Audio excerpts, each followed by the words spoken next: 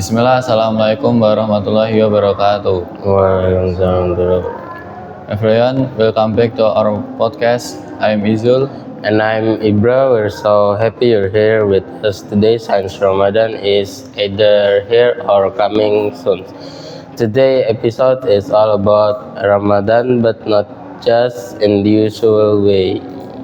Yes, we are not only talking about fasting from food and drink, but also about the deeper meaning behind it. So stay with us for the next few minutes. So, Izu, when people hear Ramadan, what's the first thing they usually think about? Honestly, hunger, thirst, sahur struggles, waiting for azan maghrib. Exactly, but Ramadan is so much more than just not eating and drinking. It's the 9th month of the Islamic calendar, and it's the month when the Quran was first revealed to Prophet Muhammad Sallallahu Alaihi Wasallam. So, right, that's why Ramadan is often called the month of the Quran. It's time to reconnect with it, not just reading, but understanding and applying it. And fasting itself, it's only about controlling physical desires. It's about building taqwa, which means being more conscious of Allah in everything we do. Let's be honest, Ramadan is not always easy. Especially for students, we have school, homework, maybe exams. Yeah, trying to focus in class when you're sleepy because of sahur is a real challenge. But maybe that's the point Ramadan train us. It will discipline if we can control ourselves when we are hungry and tired. We can control ourselves in other situations. Like controlling anger. Exactly. The Prophet Muhammad SAW told us that if someone insults us while we're fasting, we should say, I am fasting. I am fasting. It's a reminder to protect not just our stomach, but also our words and actions. So Ramadan becomes like a turning camp for the soul. Another special thing about Ramadan is interest in worship. You pray more, give more charity, and many people perform Taraweh prayers at night. Tarawih has such a peaceful vibe. Standing together in prayer, listening to the Quran, is different.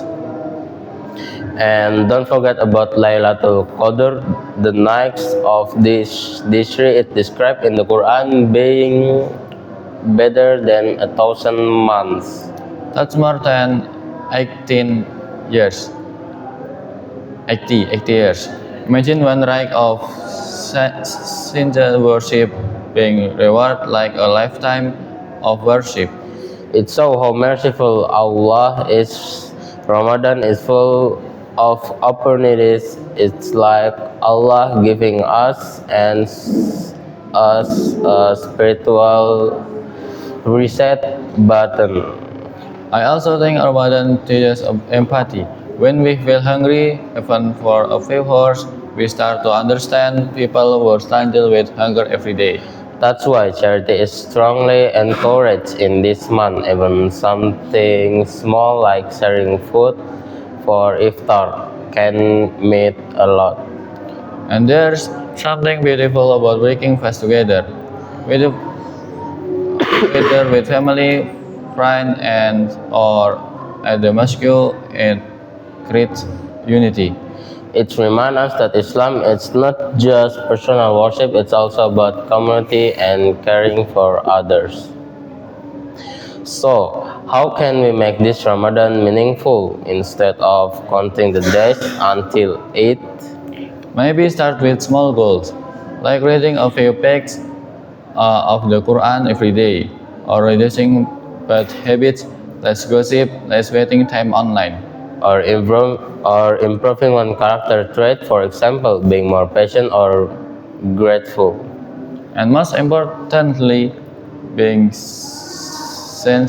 Ramadan is not about showing others how religious we are. It's about our relationship with Allah. Because at the end of the day, Ramadan is temporary, but the habits we build can last all year. Ramadan reminds us that we are a stranger, that we think if we can fast from dawn to sunset, we can also improve ourselves little by little. It's a month of mercy, forgiveness, and second chance. So let's know what's it. Let's use it to grow spiritually, emotionally, and socially. May this Ramadan bring us closer to Allah and make us better people even after it ends. Amin. Thank you so much for listening. Don't forget to share this episode with your friend. Assalamualaikum warahmatullahi wabarakatuh.